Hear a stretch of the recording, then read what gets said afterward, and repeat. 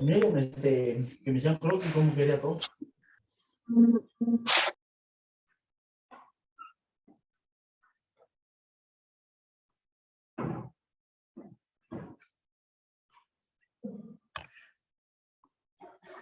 El Instituto Nacional de Estudios Estratégicos en Seguridad les da la bienvenida a la 10ª videoconferencia denominada Estado del Hemisferio, y para ello tengo a bien leer la hoja de vida del maestro Carlos Estrada Nava.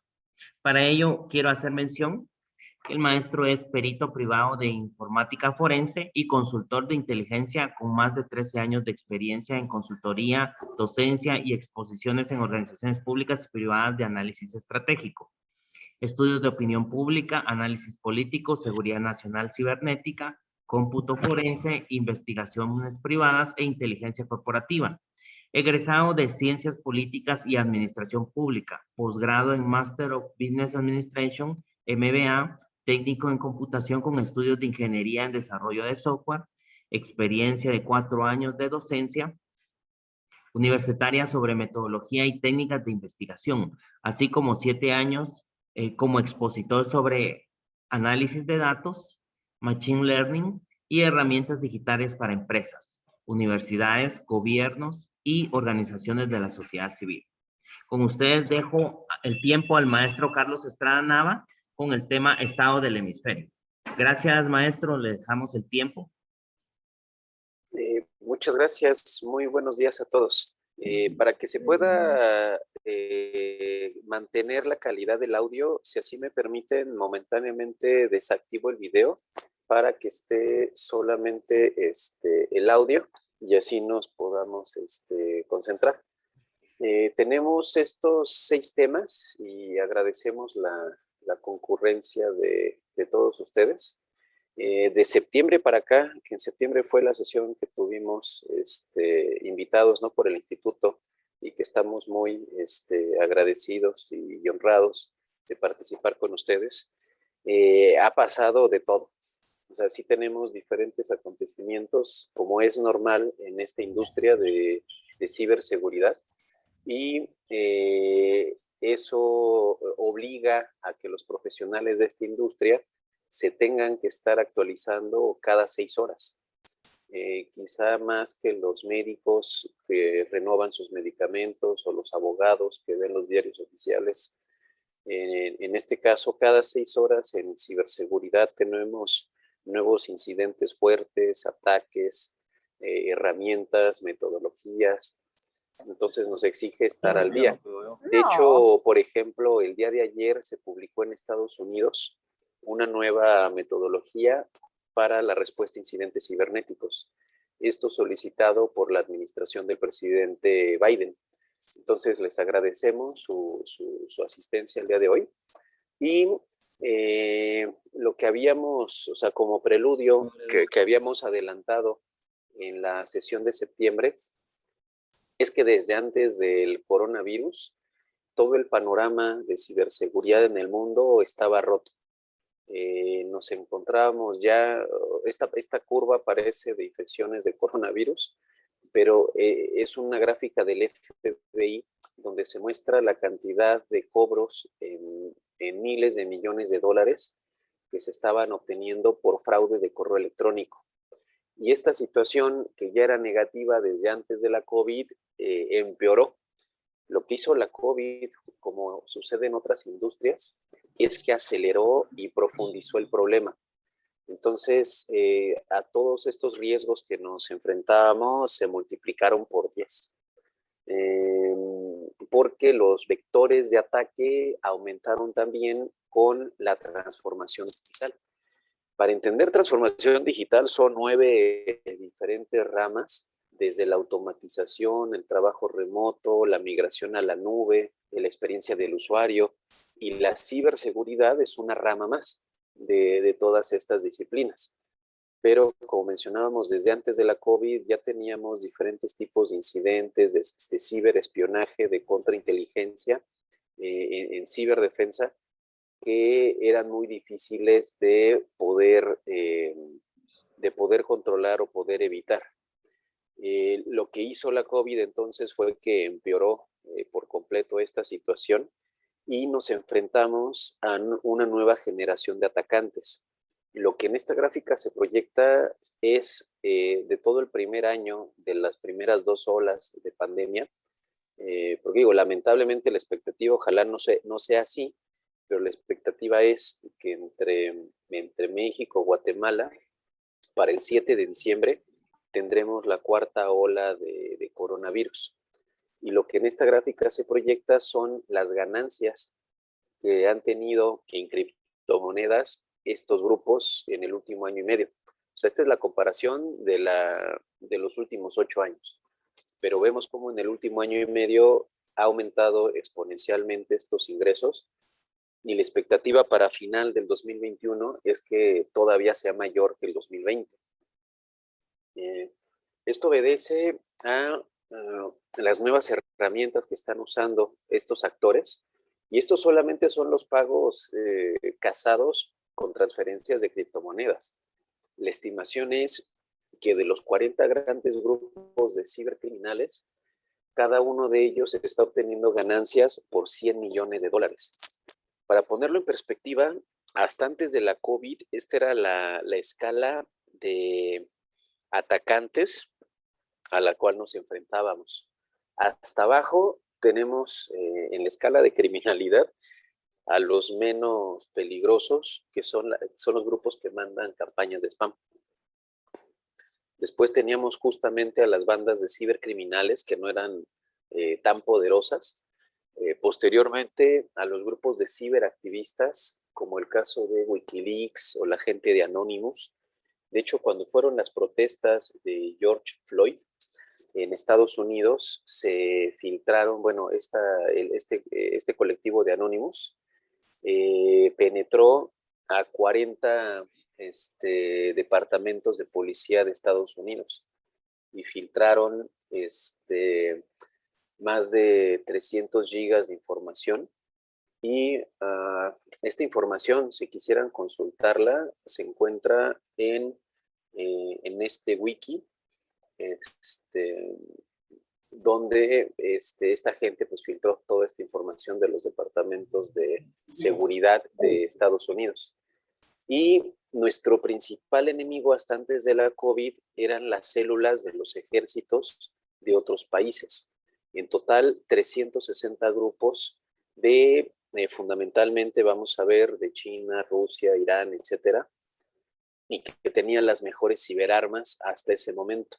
Lo que sucedió con la COVID es que esta pirámide se invirtió y ahora los que tienen más ingenieros, desarrolladores de ciberarmas y que están haciendo las principales campañas de ataque ya son los 44 grupos de ciberdelincuentes. Esto por las grandes ganancias que están obteniendo. Si comparamos el nivel de presupuesto que necesitan estos grupos de ataque, pensando en estos células de ejércitos, se les llaman APTs o Advanced Persistent Threat, porque son campañas de ataque que no solo duran meses, sino años.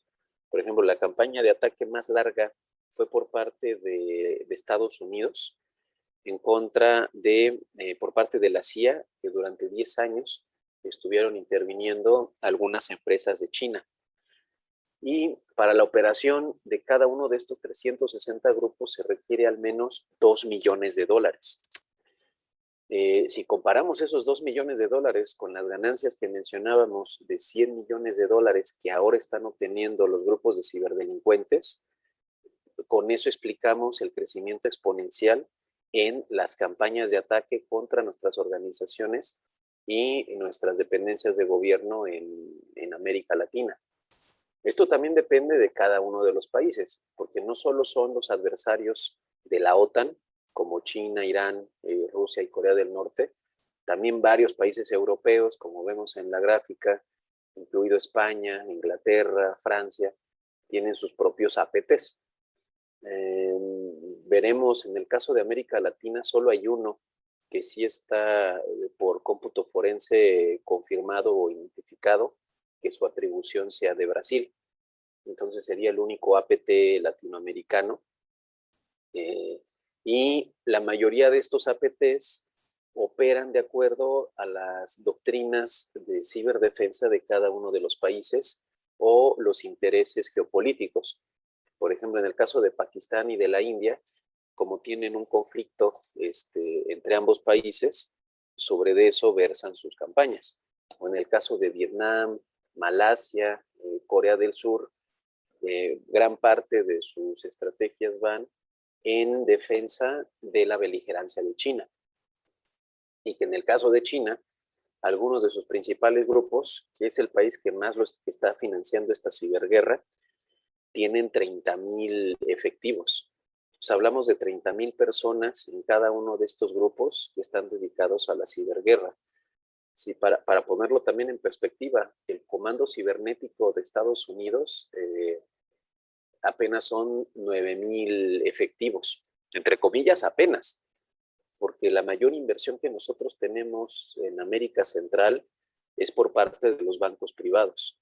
Pensemos en Scotiabank, Santander, BBVA Bancomer. Cada uno de estos bancos tienen promedio 200 y 300 ingenieros que se dedican a la ciberdefensa de sus infraestructuras críticas, al menos en el sector financiero. Y en cuanto a los grupos de ciberdelincuentes, estos son los más famosos. Se está destacando el caso de 2 incidentes que tuvimos en México con Petróleos Mexicanos, un ataque realizado por Doppelpaymer, y contra Lotería Nacional, que era el grupo de Abaddon. Hay algunos de estos grupos que ya tienen un tache porque han sido ya sea detenidos por el FBI con el apoyo del Tesoro de Estados Unidos, o que ellos mismos han cerrado operaciones. Pero si eso sucede, lamentablemente esta misma gente reanuda operaciones unos meses después. Entonces simplemente cambian de nombre, como ahorita Facebook está cambiando de nombre, ¿no? Y también esta cacería que este año está realizando la administración del presidente Biden sobre estos grupos de ciberdelincuentes se hace rastreando las transferencias de criptomonedas. Aunque varias de ellas están diseñadas por su blockchain para que sea complicado rastrearlas, hay sobre todo una plataforma llamada Maltego que sirve para orquestar inteligencia cibernética y entonces de esa manera poder rastrear las transferencias de varias de estas criptomonedas. ¿Y hacia qué tipos de organizaciones se enfocan los ataques? Lo que vemos es, o pueden notar en esta gráfica, es todo tipo de organizaciones, desde universidades, empresas, sistemas de agua. Por ejemplo, viene el caso de Costa Rica, con el sistema de administración de aguas TICO, el caso de Petróleos Mexicano ahí en rojo, y ese mismo grupo de Doppelpaymer también atacó al Colegio Militar de Canadá. Entonces, a diferencia de las células de los ejércitos de otros países que se dedicaban más al espionaje o al sabotaje, estos grupos de ciberdelincuentes buscan atacar a cualquier tipo de organización que no tenga la suficiente protección. Y existe una hipótesis, esto todavía no está comprobado, pero quizá antes de que termine el año ya tengamos un reporte que así lo demuestre, que en realidad estos dos tipos de grupos son una diferente cara de la misma moneda. ¿Y a qué nos referimos? Si analizamos el cronograma desde el 2007, que empiezan los primeros eventos de ciberguerra en el mundo, hasta la COVID, los grandes eventos se habían realizado, como está en rojo, por estos APTs o las células de ejércitos de otros países, Corea del Norte, Irán, China, Rusia.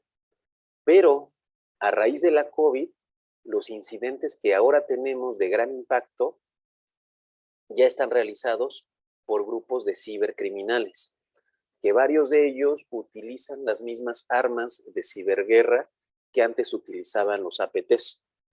Entonces, lo que sí se sabe es que el 70% de estos grupos de cibercriminales son rusos. Entonces, en su código de ataque de malware, de ransomware, para cobrar la extorsión, está programado que detecte a través de unos mutex si el equipo que están atacando está configurado en ruso. Y en caso de que detecte que la máquina está en ruso o en otros 4 idiomas de las ex repúblicas soviéticas, en kazajo, rumano, etcétera, la máquina no se infecta. Esto para evitar atacar infraestructura rusa. Y ya con eso se evitan que el Kremlin los persiga. Pero esto también tiene una implicación muy importante para nosotros, que si se trata de esta misma gente, lo que estamos observando a nivel internacional es la militarización de la ciberseguridad. Entonces, nuestras dependencias y nuestras organizaciones están siendo víctimas de ataques con armas de ciberguerra para las cuales no estamos preparados. Entonces, aquí la necesidad y la urgencia es poder actualizar y poner al día a muchas de nuestras organizaciones con tecnologías que permitan monitorear, detectar, responder y recuperarnos ante estos incidentes. El 80 o 90% de nuestras organizaciones en el área de tecnología, lo único que se dedican es a instalar un antivirus y estarlo actualizando. Eso no sirve para nada frente a estas amenazas. Lo que necesitaríamos, por ejemplo, son tecnologías de detección, donde la más famosa de todas es un EDR, que es un Endpoint Detection and Response. En el caso del Comando Cibernético de la Secretaría de la Defensa de México, no habían adquirido un EDR hasta que llegó la COVID. A pesar de que el Comando Cibernético de México lleva 5 años operando, solo se dedicaban a monitorear ciertos eventos. Y fue hasta la emergencia de la COVID que ya se adquirieron las primeras plataformas de EDR. Entonces es lo que mencionábamos, que la propia pandemia está acelerando esta transformación digital. Y apenas esta semana, o bueno, este último mes, nos estamos enfrentando a una nueva evolución de este tipo de grupos. Se les denomina RAS porque es Ransomware as a Service. Son exitosos y están creciendo estos grupos y pagan millones a sus afiliados porque es un esquema de franquicias. Entonces, a los afiliados de estos ataques de ransomware, de secuestro de información, hasta antes de la COVID les ofrecían un pago entre el 15 y el 20% de lo cobrado a las víctimas. Ahora se les paga entre un 70 y un 80%. Entonces, como modelo de negocio, está siendo muy efectivo. Esto les permite ya tener sus propias áreas de marketing, de administración, de recursos humanos, de profesionalizar todas estas actividades. Incluso poder pagar hasta $1 millón por un exploit para realizar un ataque concreto contra una organización. Esto también obliga, por ejemplo, a otras dependencias e industrias como los bancos a aumentar sus presupuestos de ciberseguridad. Hace 3 meses el director general de Bank of America comentaba que ellos ya están gastando $1,000 millones en su presupuesto de ciberseguridad. O sea, tenemos una nueva época de miles de millones de dólares en estas tecnologías. Es por ello que de todas las áreas de tecnología, automatización, ciencia de datos, etcétera, donde más se está invirtiendo es en ciberseguridad. Pero como tenemos un déficit de mano de obra, que no hay suficientes ingenieros, por ejemplo, en nuestra región tenemos en Centroamérica y México un déficit de 2 millones de ingenieros. En total son 300,000 especialistas de computación que no se van a cubrir hasta dentro de 14 años, cuando egresen los estudiantes de estas carreras. Y por esta razón en nuestra región llegan tantos extranjeros de España, de Brasil, de Colombia, de Estados Unidos, para cubrir esas vacantes. De hecho, en Norteamérica tenemos en concreto 40,000 ofertas de empleo con estos especialistas. No es forzoso ser ingenieros. De hecho, hoy en día, con los directores de seguridad de información, hay veces en que es mejor tener un abogado, alguien de comercio exterior, de relaciones internacionales, porque se conoce más el compliance y la gestión de riesgo necesaria. Que el ISO 27000 es de seguridad de la información y de gestión de riesgo el 31000. Entonces, para tener un enfoque completo de governance, manejo del riesgo y compliance, sí es importante quitarle esta agenda a los ingenieros y verlo desde un ámbito más, más global en nuestras organizaciones, involucrando a las áreas de finanzas, de recursos humanos, de legal. Y ahora, lo que se muestra en esta gráfica, en cuanto a los nuevos grupos que en este mes están surgiendo, ya tenemos bandas de ciberdelincuentes que tienen una motivación política.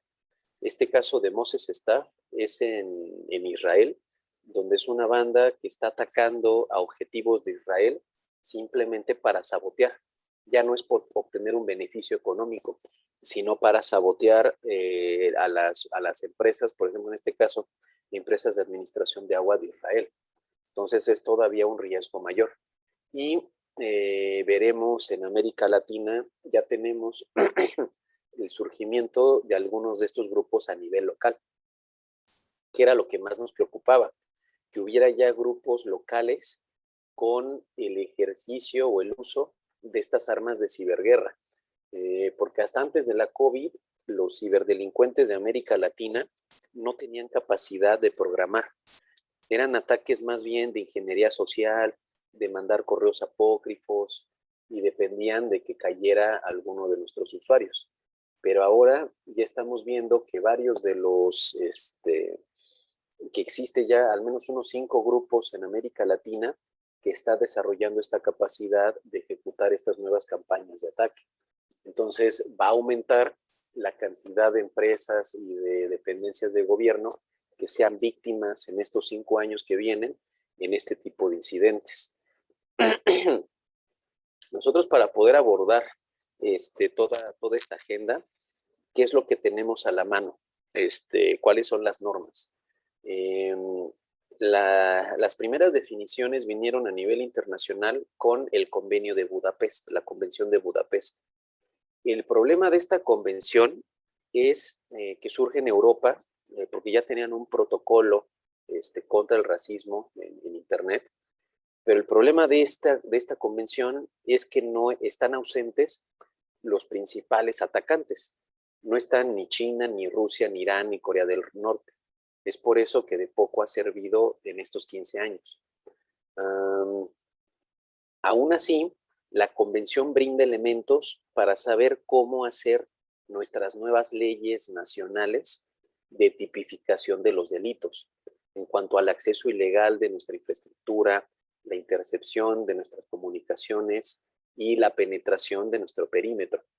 Entonces, sí existe una urgencia de poder actualizar nuestras leyes y códigos penales con la tipificación de estos tipos de incidentes. Y también se crean las bases para crear los acuerdos de asistencia legal mutua. Lo que ahorita norma en el mundo son estos convenios bilaterales, por ejemplo, los que tiene el FBI con varios países, tanto para extraditar a algunos de los ciberdelincuentes o espías de los APTs, y también para capacitar y aumentar las capacidades de investigación de nuestras propias fiscalías. Entonces, estos tipos de convenios, y vamos a ver más adelante por qué estamos flacos en este punto, es lo más importante en el mundo hoy en día, que pudiéramos tener convenios con Japón, con la India, con Israel, con Singapur, con Estonia, que son las potencias en este rubro. 9 años después, surge el manual de Tallinn. Este es el manual de la ciberguerra. Tuvo una segunda versión en el 2017, es la actualización de este manual de Tallinn. Lo que se pidió, Y, estimado señor Francisco, ¿cómo? Son en total 154 reglas para normar lo que se considera un ciberataque y las actuaciones de ciberguerra. Se le denomina de Tallinn porque es la capital de Estonia, donde la OTAN tiene su centro de ciberdefensa. Entonces, con respecto a la soberanía, la jurisdicción, los tratados de paz y también cómo conducir las hostilidades en el ciberespacio y la neutralidad de la red. Específicamente, lo que nos aporta este manual de Tallinn desde hace 4 años, y esto se está incorporando en las nuevas leyes nacionales de ciberseguridad, es qué definimos o qué entendemos como un ataque cibernético. Hasta el 2017, un ataque cibernético o un acto de ciberguerra se consideraba solo así cuando tenía consecuencias, cuando había una actividad por parte de un grupo, de un país en contra de otro, y esa actividad tenía consecuencias en el sabotaje de operaciones o la disrupción de servicios. Pero ahora no. Desde hace 4 años un ciberataque se considera esa actividad incluso defensiva, dice ya sea ofensiva o defensiva, que razonablemente busque causar un daño o muerte a personas o un daño y la destrucción de objetos. Entonces aquí entra el elemento de la intencionalidad. Antes lo que se necesitaba desde el cómputo forense era solamente la atribución, saber quién era el responsable de un ciberataque. Ahora también se busca la intencionalidad. Para ello tenemos 2 herramientas. Digo, no, esto no es materia de esta sesión, pero en el tema de la atribución tenemos algo que son los indicadores de compromiso. Estos indicadores de compromiso pueden ser servidores, IPs, hashes, archivos que estén vinculados a una campaña de ataque. Aún así, en el ciberespacio se dan eventos de falsa bandera, donde existen ataques queriéndose hacer pasar por otro país. Por ejemplo, hay reportes sobre campañas de ataque de China para espiar unidades de gobierno de Israel, haciéndose pasar por elementos de Hamas y de Hezbollah, que son células terroristas iraníes. Y para poder analizar la atribución, tenemos las tácticas, técnicas y procedimientos, que esto se ve desde la cadena de ataque en una metodología de Mitre que se llama ATAC. Mitre es una agencia de riesgo creada por el MIT y hace 3 meses surgió su complemento que se llama DEFEND por parte de la Agencia de Seguridad Nacional de Estados Unidos. Entonces, desde este año, los principales reportes que publica el FBI, la CIA, la Agencia de Ciberseguridad de Protección de Infraestructuras Críticas de Estados Unidos, etcétera, tienen estas 2 metodologías. Tanto identificar cuál es el modus operandi de los atacantes, pero también cuáles son las recomendaciones específicas para podernos proteger. Y que eso es lo más importante. Y algo que no verán, o que normalmente no se comenta en muchos de estos foros, es que desde hace 2 años, no, ya desde hace 3 años, hubo un cambio de tendencia en Naciones Unidas, en esta gobernanza internacional. Hasta este momento existía un paradigma dominante que era el Internet abierto, el Internet democrático, donde incluso estas democracias como Estonia, Dinamarca, Suiza, Estados Unidos, buscaban que la ciberseguridad se reconociera como un derecho humano. No solo el acceso a Internet, la ciberseguridad. Pero desde hace 3 años existe un bloque comandado por Rusia y por China, con varios países, sobre todo de África, del sudeste asiático y también vemos de América Latina, con Cuba, con Bolivia, con Venezuela, donde es una visión autocrática de la ciberseguridad, donde en este caso lo que se busca es darle prioridad a las soberanías nacionales para la vigilancia y control del ciberespacio. Entonces, lo que se establece en esta resolución que se aprobó con esta nueva mayoría de China y de Rusia es que los estados tomen todas las medidas necesarias para proteger su seguridad política, económica y social, o sea, que no interrumpa en su gobernabilidad. Y también que los estados puedan usar tecnologías de espionaje. De acuerdo a la Ley de Seguridad Nacional de China, ellos obligan a que todas las empresas que operan en China, incluido Microsoft, Apple, los iPhone, Google, etcétera, tengan puertas traseras abiertas, los backdoors. Entonces, estas empresas gringas han cedido o se han sometido a esta ley nacional de China con tal de entrar al mercado chino, y le dan la llave al gobierno, al Partido Comunista de China, para poder espiar a todos los usuarios en China. Digamos, esa es la otra cara de la moneda. En medio tenemos algunas alternativas, como es la nueva ley en la India. Lo que sucede en la India y otros países que están siguiendo su ejemplo, como Vietnam, Indonesia, es sí buscar un internet abierto, de proteger la privacidad de los usuarios, pero también tener un enfoque de soberanía o de protección nacional. En este caso, lo que pide la ley de la India es que estas empresas de tecnología como Amazon, Netflix, Facebook, etcétera, tengan servidores físicos en territorio de la India. Y esto para poder obligar a estas empresas a darle una protección especial a sus usuarios. ¿Cuál es el problema, por ejemplo, de nuestra región? Lo que sucede es que si tenemos un litigio con Twitter, con Facebook, con Instagram, etcétera, tenemos que acudir a tribunales europeos o tribunales americanos para resolver ese problema. Entonces, al día de hoy, somos considerados ciudadanos de segunda. Lo que se tendría que hacer es esta nueva generación de leyes nacionales para obligar a estas empresas a tener estos centros de datos en territorio nacional.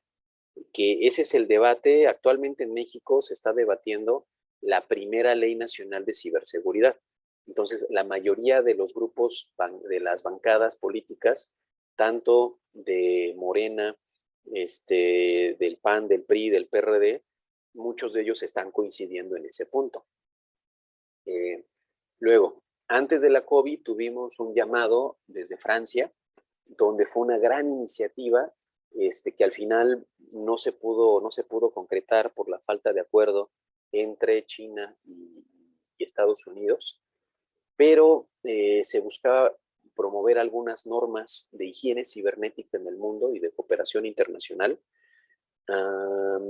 Y entre ellas se destaca el número 7 en ciberhigiene, el caso de Ecuador, donde existe esta ONG que se llama Seguros en la Red, para promover la higiene cibernética en las escuelas de educación primaria en Ecuador. Entonces, esto para empezar a ver algunos casos de éxito que sí tenemos en la región.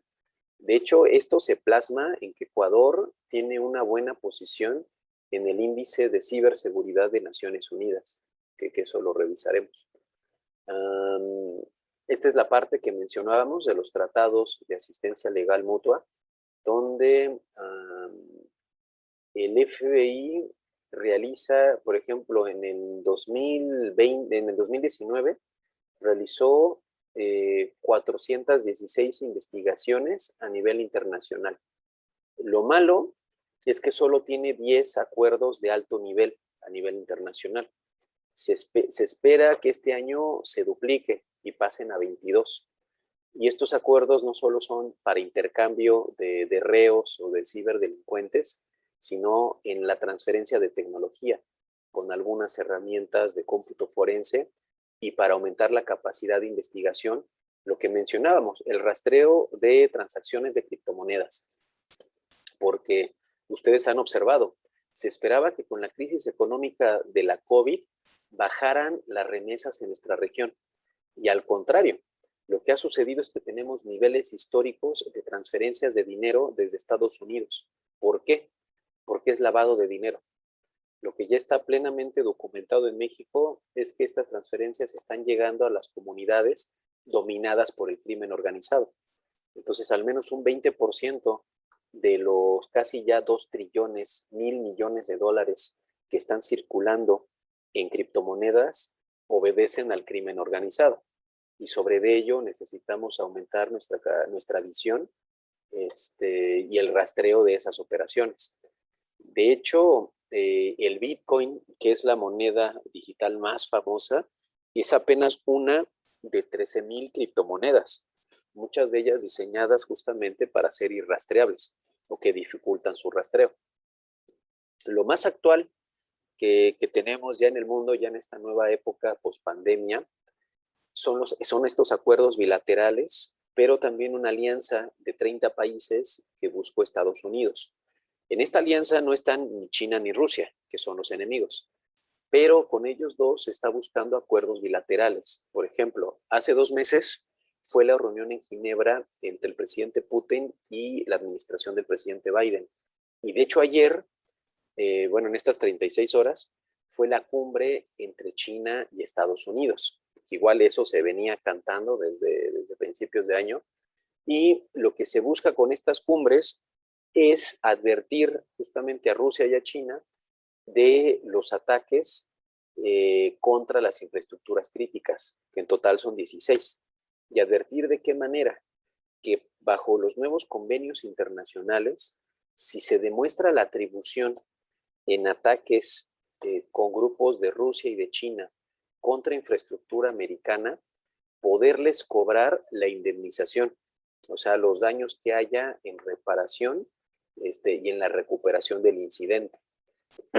Estas 16 infraestructuras están mapeadas por CISA, que es la Agencia de Ciberseguridad de Protección de Infraestructuras Críticas, que fue creada apenas hace 3 años, o hace ya 4 años, durante la administración del presidente Trump. O sea, esto fue de lo mejor que hizo la administración del presidente Trump, pero nos ayuda para elaborar nuestros propios atlas nacionales de riesgo en nuestros países, para poder identificar de estas 16 infraestructuras críticas cuáles son el perímetro que necesitamos blindar. Por ejemplo, en el caso de México, que bueno, también ahorita recordando, esta exposición nos han pedido programarla, todavía tenemos 1 hora más hasta las 10:40. En ese momento de 10:40 se abre una ronda de preguntas de preguntas y de respuestas, en caso de que pues tengan, ¿no? Vayan tomando algún apunte, algo así, para que lo podamos retroalimentar. Entonces, en el caso de México, por ejemplo, se tiene por parte de la Guardia Nacional identificadas 440 dependencias de las infraestructuras críticas, que tienen un monitoreo permanente por parte de 3,000 efectivos. Eso a nivel físico. Y a nivel de ciberseguridad, monitoreadas por el Cibercomando. En concreto, en el sector energético de la Compañía Federal de Electricidad, están reportados que existen al día más de 2,000 intentos de ciberataques. Entonces, eso requiere pues una protección especial. Que algunos de estos centros de datos, por ejemplo, de la Comisión de Electricidad de México, están en Estados Unidos, en California, justo por esa razón. Es similar a lo que sucede en Europa. Los respaldos principales de Estonia, que es este centro de la OTAN de ciberdefensa, no están en territorio de Estonia, están en Inglaterra. Esto previendo una invasión física por parte de Rusia y que no destruyera estos centros de datos. Y estos acuerdos de mayo a la fecha se están plasmando en un grupo de trabajo de Naciones Unidas para tener una nueva gobernanza internacional y establecer este pago de daños colaterales de infraestructura. Lo que se pide en estos nuevos convenios es que existan un POC, que es un punto de contacto, que en nuestras dependencias puede existir una persona específica a la cual se le encomiende la colaboración con el resto de dependencias y también a nivel internacional. Entonces, en el caso de México, esta agenda en la anterior administración dependía de la Presidencia de la República, pero ahora esta agenda la está llevando como punto de contacto la Cancillería, la Secretaría de Relaciones Exteriores. Entonces, esto depende de las prioridades de cada gobierno, ¿no? y del cambio de cada administración. Para tratar los problemas de nuestro hemisferio, vamos a poner el caso de la guerra del Peloponeso.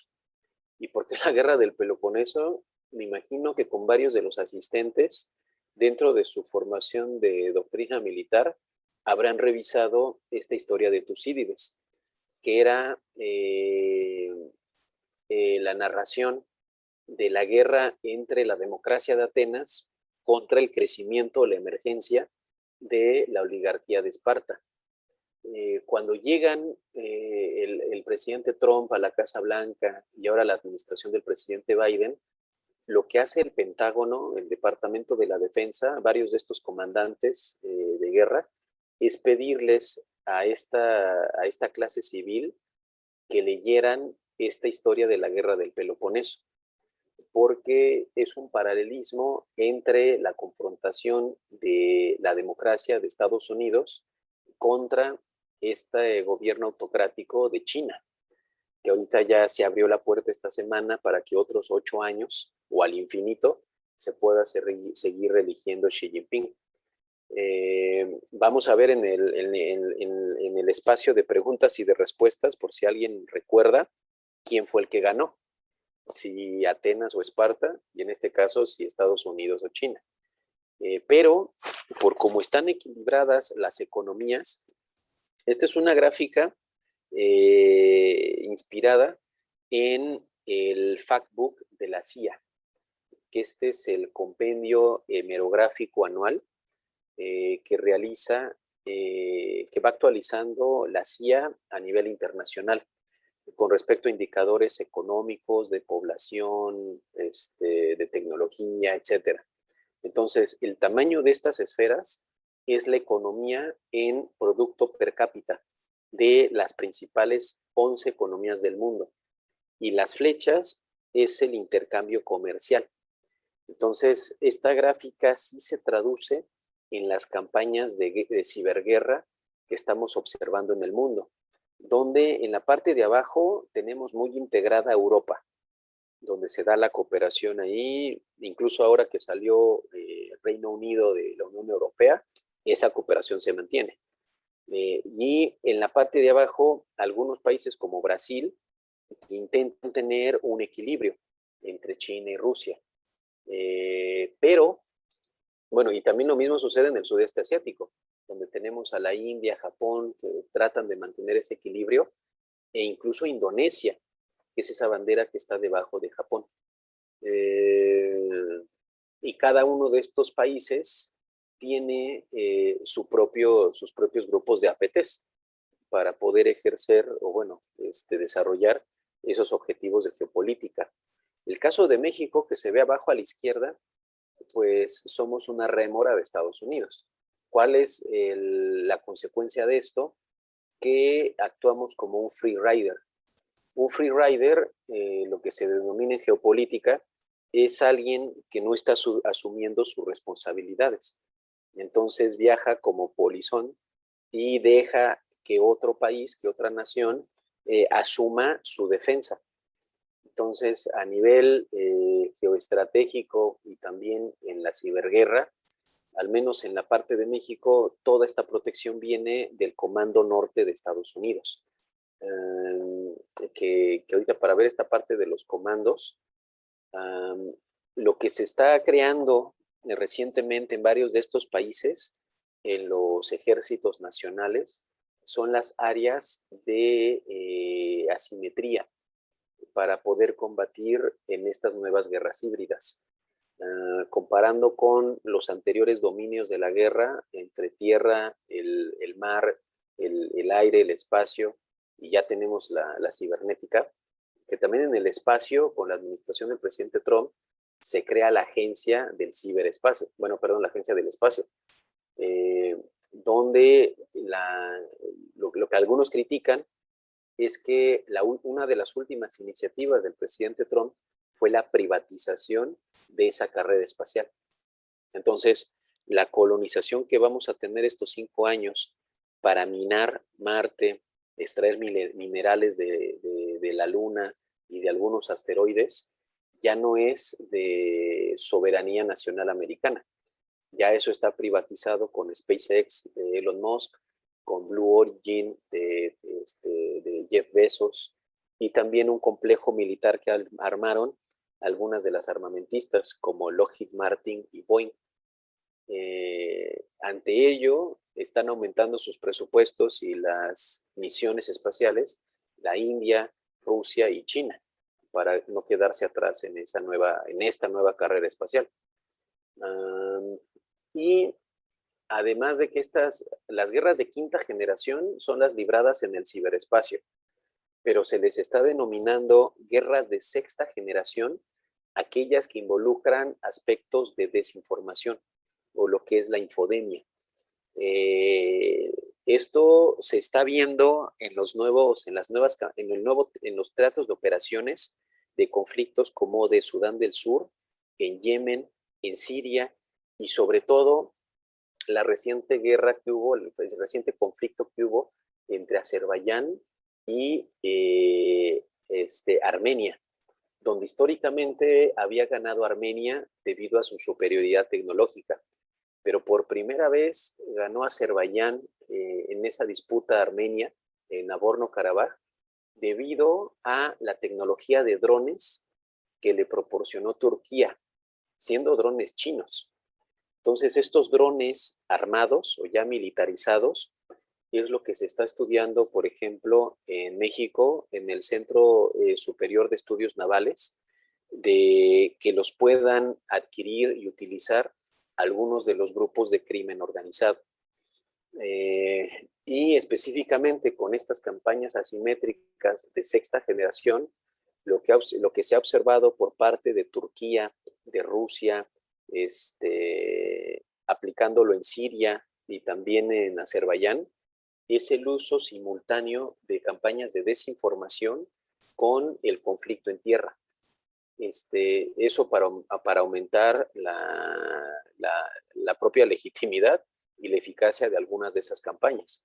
Es por eso que hubo se da la caída tan rápida de algunas ciudades, que incluso lo observamos ahora en Afganistán, con la caída de Kabul, que ocurrió en menos de una semana, ¿no? Pensando en esos 18 años que estuvo invadida por Estados Unidos. Y antes de ver la cuestión de los comandos, sí recordar, o bueno, comentar quizás si no lo tenían en el radar, el himno de los Marines, que es esta fuerza de invasión de Estados Unidos junto con el Navy o junto con el ejército, con el Army. En su primera estrofa, lo que cantan todos los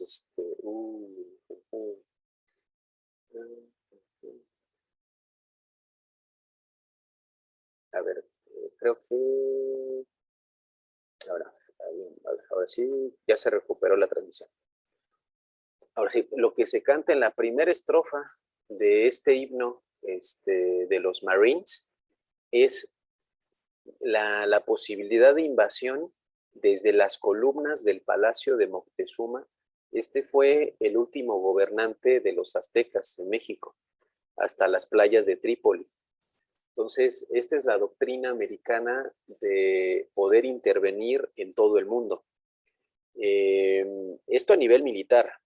En el cibercampo, en la parte del ciberespionaje, por ejemplo, para campañas antiterrorismo y poder intervenir en servidores y en computadoras de todo el mundo, esto se hace mediante la autorización de tribunales semiclandestinos llamados FISA. Esta es una ley de 1971 de intercepción de señales, que actualmente le da la legalidad para intervenir correos electrónicos, chats, redes sociales, o indexar la navegación o el uso de los datos y las plataformas de Google, Facebook, Microsoft en todo el mundo. Decimos que son semiclandestinos porque de hecho varios de sus sentencias se revelaron solo con la filtración de Edward Snowden. Pero hasta antes de eso, en los medios de comunicación este tema no salía. Pero entonces al menos sí existe por parte de esta ley americana este marco que está regulando esas operaciones, pero se da en la semiclandestinidad. Una de las acusaciones, por ejemplo, que también tenía Snowden cuando se dio esa filtración, es que durante 10 años de sentencias de estos tribunales que supuestamente buscan combatir actividades terroristas en nuestra región, no más de 5 casos de éxito tenían frente a miles de intercepciones. Entonces, más bien es información que se ha estado usando por tomadores de decisiones en Estados Unidos con objetivos comerciales, sobre todo en las negociaciones de tratados tratados de libre comercio. Y entonces, teniendo eso en mente, la protección que se da de nuestras infraestructuras está dividida por estos 6 comandos a nivel internacional, que también dividen la operación del Comando Cibernético de Estados Unidos. Otra cosa que hizo el presidente Trump en su administración fue separar al cibercomando de la Agencia Nacional de Seguridad y lo elevó al nivel de secretaría. Como, bueno, le dio el mismo nivel que el resto de los comandos, que el Navy, que los Marines, y que tiene la capacidad de realizar ataques preventivos. En el caso de México, porque podemos ver con Guatemala, ya pertenece al Comando Sur. Y esta es una diferencia muy importante con respecto a la respuesta y a la cantidad de ataques que vemos en nuestra región. En el caso de México, todos los centros de datos, o sea, toda la actividad, por ejemplo, de las telefonías, que en este caso es Telmex, Telcel, o lo que sería Claro, ¿no? Del ingeniero Slim, pasan por los centros de datos en territorio de Estados Unidos, en Arizona y en el desierto de Nevada, al norte de Las Vegas, donde están los grandes centros de datos de la NSA, donde indexan toda esta actividad de correos electrónicos, historiales de navegación, chat, redes sociales, etc. Pero como es una protección de Norteamérica, también para proteger las infraestructuras críticas, por ejemplo, de seguridad energética, los gasoductos que bajan desde Canadá y que llegan hasta Tuxpan en Veracruz. Pero esto a nivel también de satélites, de una protección satelital, lo que hace es que sí se le da mucha protección a la infraestructura mexicana.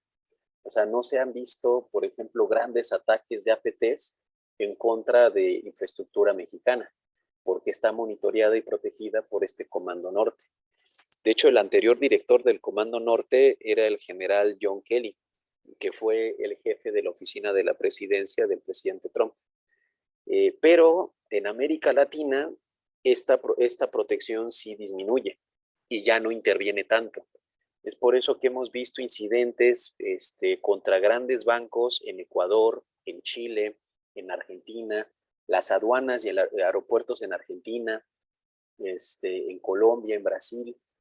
Entonces, sí hay un desdén o desentendimiento por parte de Estados Unidos con respecto a las infraestructuras críticas en América Latina.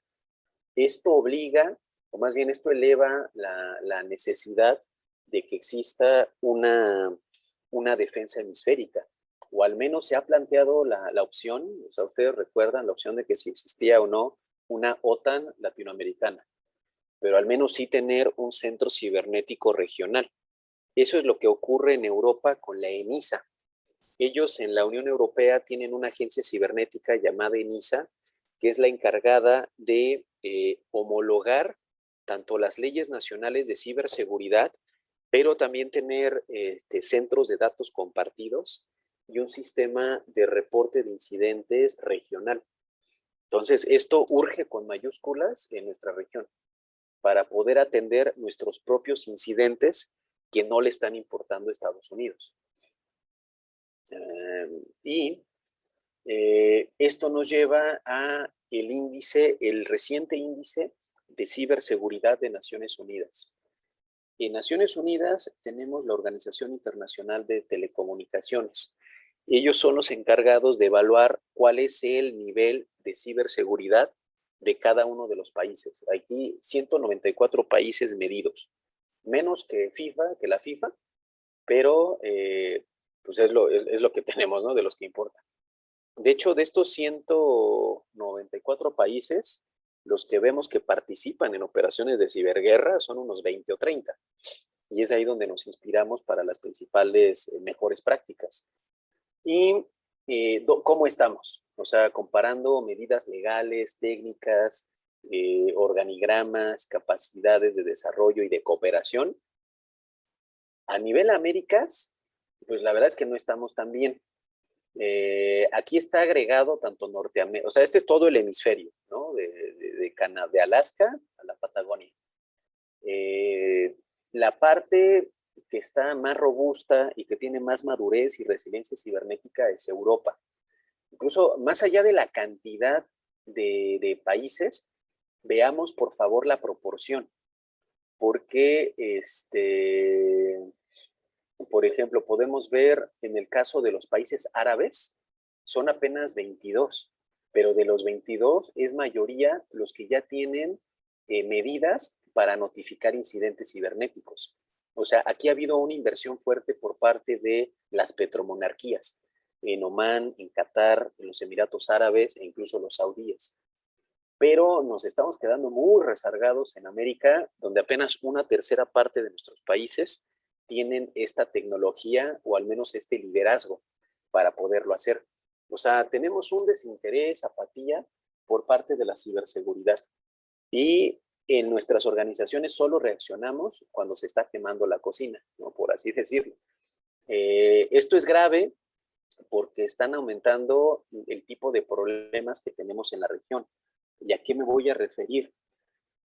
Muchas de las campañas de ataques se realizan por botnets, que son redes de cientos de miles de computadoras intervenidas por los ciberdelincuentes. La región del mundo que tiene más computadoras comprometidas es América Latina. Por ejemplo, en el caso de México se estima que el 55% de todas las computadoras del país tienen algún tipo de infección. Esto es una barbaridad. Y esto es por ejemplo, el uso de tanto software pirata, pero también el abandono de muchas de las dependencias públicas. Por ejemplo, revisábamos en nuestra sesión de septiembre un directorio que es el de Zona H, donde podemos ver cuáles son, de hecho revisamos un par de gobiernos municipales de Guatemala que llevan varios meses hackeados y no se han enterado, no se han dado cuenta. Entonces, lo que hacen estos grupos es aprovecharse, intervenir estos servidores de gobierno y desde ahí hacer ataques pivote. Porque haciendo una campaña desde un servidor de gobierno es más difícil que lo bloqueen los filtros de Gmail, de Hotmail, Microsoft, etc. Luego, ¿qué países ya tienen centros tecnológicos de respuesta a incidentes? Otra vez, bueno, en Américas ahí ya mejoró la situación y es más de la mitad. Pero si vemos, por ejemplo, el caso de Europa, es de ahí el 90%. Entonces sí tenemos una tercera parte del continente que no le está dando el presupuesto suficiente para la respuesta a incidentes. Que también aquí debemos mencionar, esto no solamente es un tema de presupuesto. ¿Por qué? Una tendencia de la industria, y esto también funciona con la industria privada, con los bancos, por ejemplo, es que para el 2022 y los 5 años que vienen haya una migración hacia herramientas gratuitas de código abierto.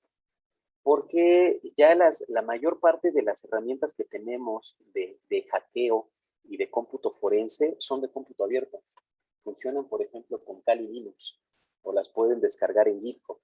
Entonces, ahora más que un problema de presupuesto, es un problema de capacitación, que necesitamos certificaciones para elevar nuestras propias capacidades de detección, de defensa y de contraataque. De hecho, mencionábamos, existe una iniciativa en algunos países por permitir los contraataques por parte de empresas privadas. Una doctrina de contraataque la tiene Francia. Esto a nivel gobierno. pero sí hay congresistas republicanos en Estados Unidos que quieren están promoviendo que se permita a las empresas a que casen hackers. O sea, esto es que ya Apple, Microsoft, Google se dediquen a cazar a estos ciberdelincuentes, lo cual también sería una derrota de los propios Estados-nación.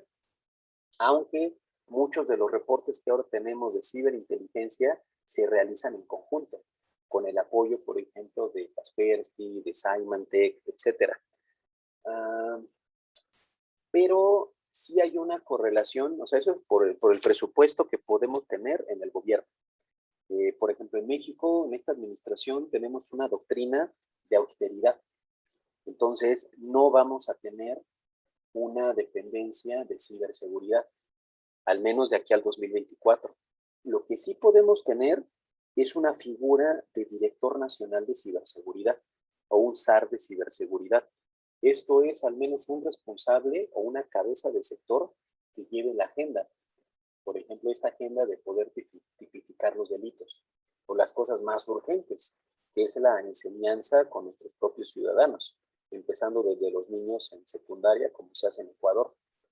Y lo que nos muestra esta gráfica de Naciones Unidas es lamentablemente una correlación entre el índice de ciberseguridad con respecto a cuántas personas tienen acceso a Internet. Donde entre más personas tengan acceso a Internet, aumenta el índice, aumenta el nivel de ciberseguridad de ese país.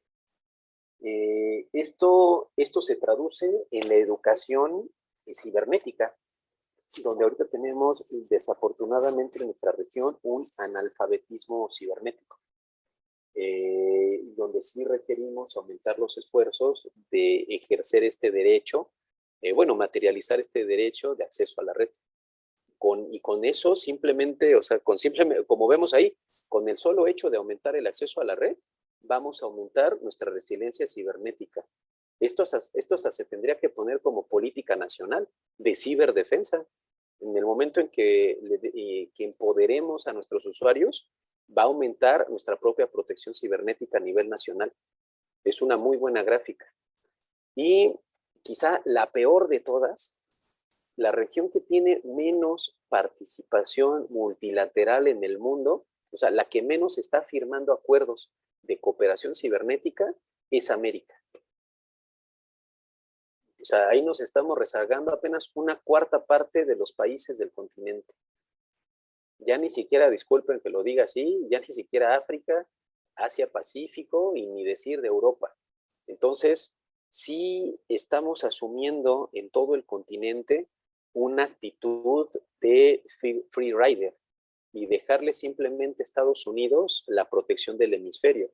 Pero esa es una noción, como estamos viendo, falsa, porque lo que va a proteger a Estados Unidos es el Comando Norte, hasta la frontera con Chiapas.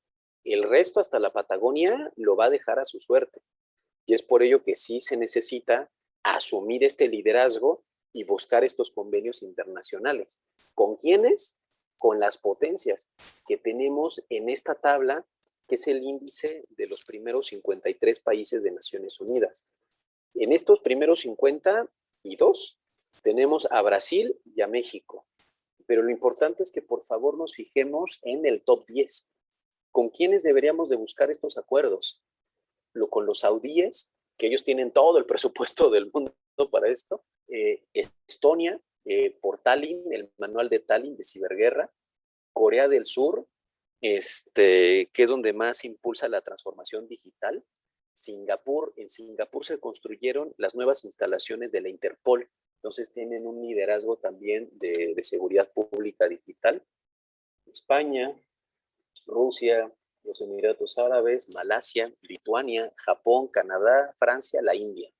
Entonces, al menos con ese top 10, sí es prioridad buscar estos acuerdos para fortalecer nuestras capacidades de investigación. Y viendo todo el hemisferio, ¿cómo estamos? Después de Brasil y México, nos encontramos con Uruguay. Por ejemplo, Chile ya viene más abajo.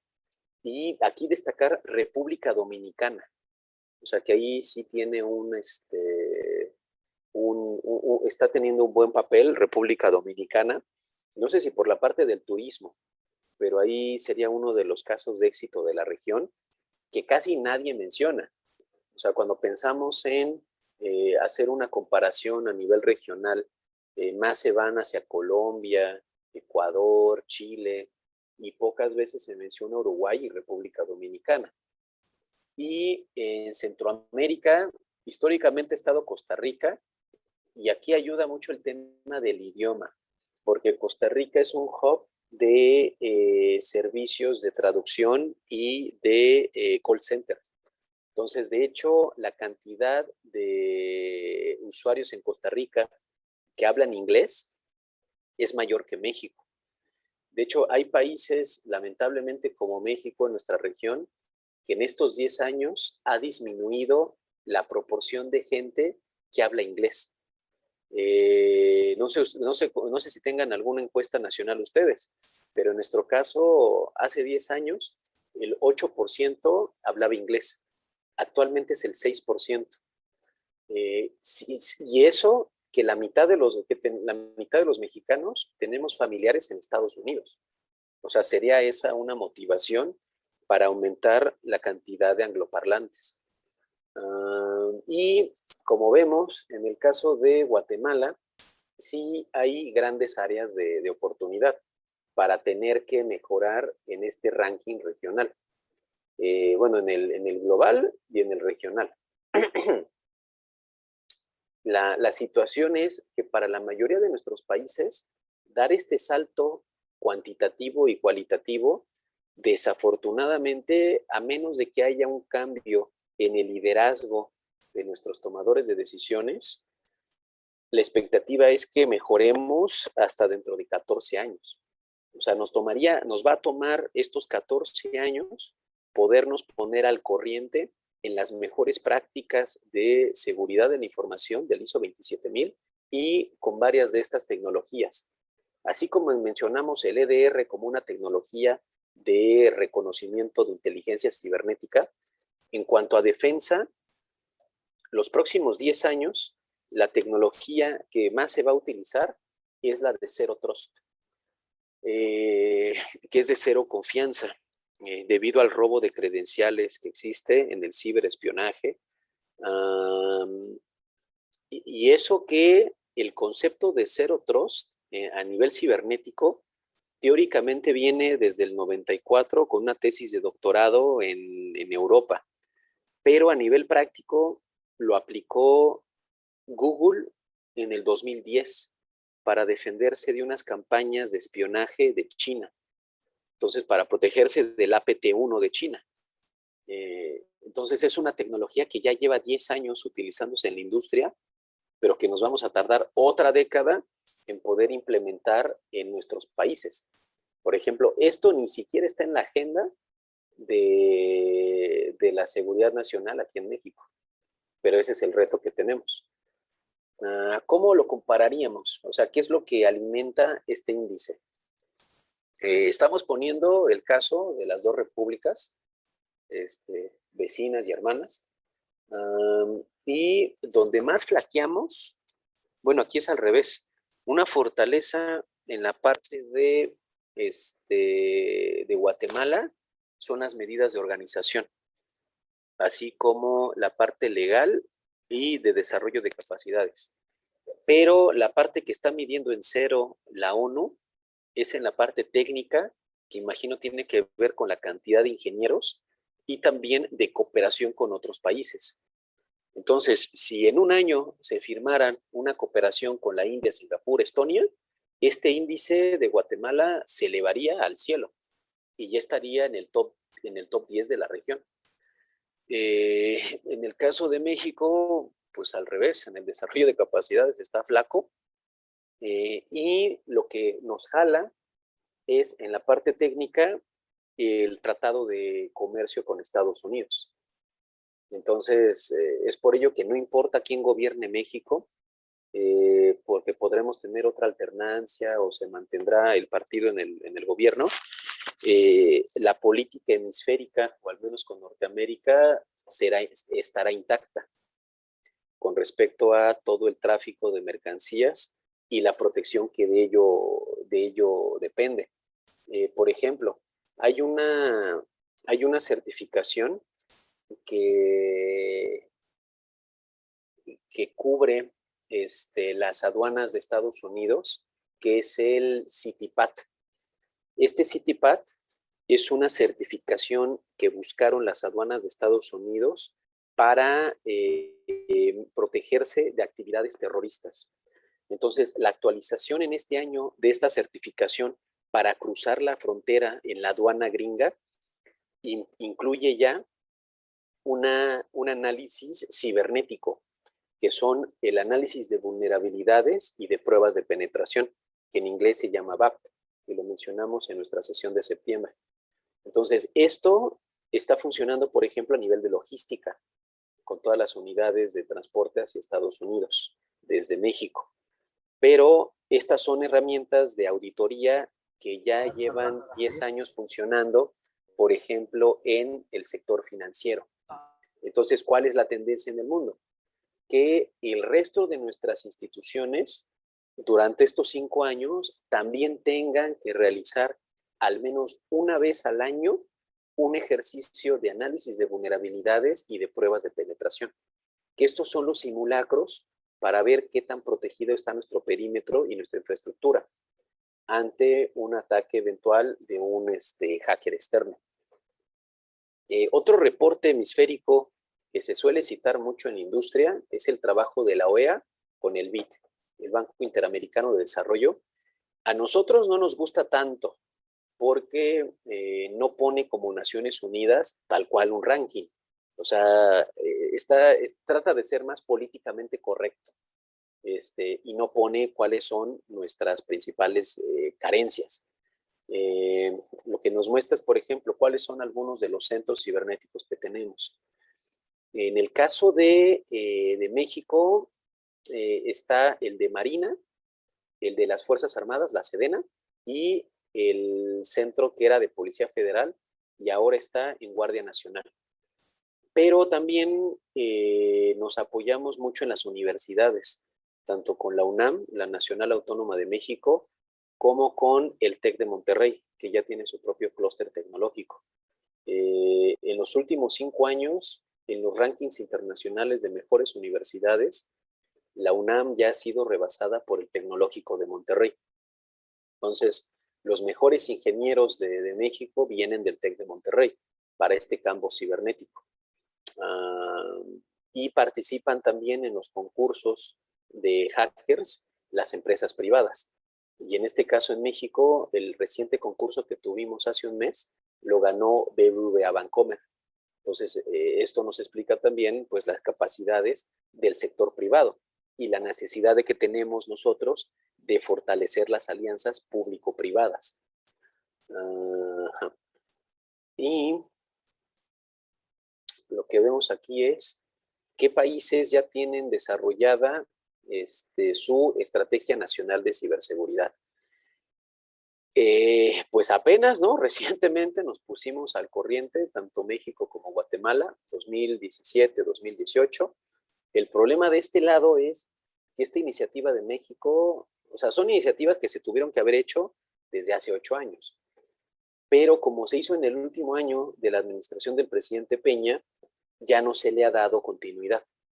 Ya habíamos hecho la crítica que al menos de este lado, nuestra estrategia nacional confunde ciberseguridad, que es la parte técnica de infraestructura, con respecto a seguridad de la información, que es el compliance, la gobernanza, el manejo del riesgo, el factor humano. Y entonces ahí el escenario es que necesitamos una segunda generación de estrategias nacionales de ciberseguridad, que por los tiempos políticos esto va a ocurrir hasta el 2025. Entonces, vamos a tener un lustro sin una estrategia nacional adecuada a los nuevos desafíos internacionales. ¿Qué es lo que necesita una estrategia nacional de ciberseguridad moderna? El ámbito de la resiliencia.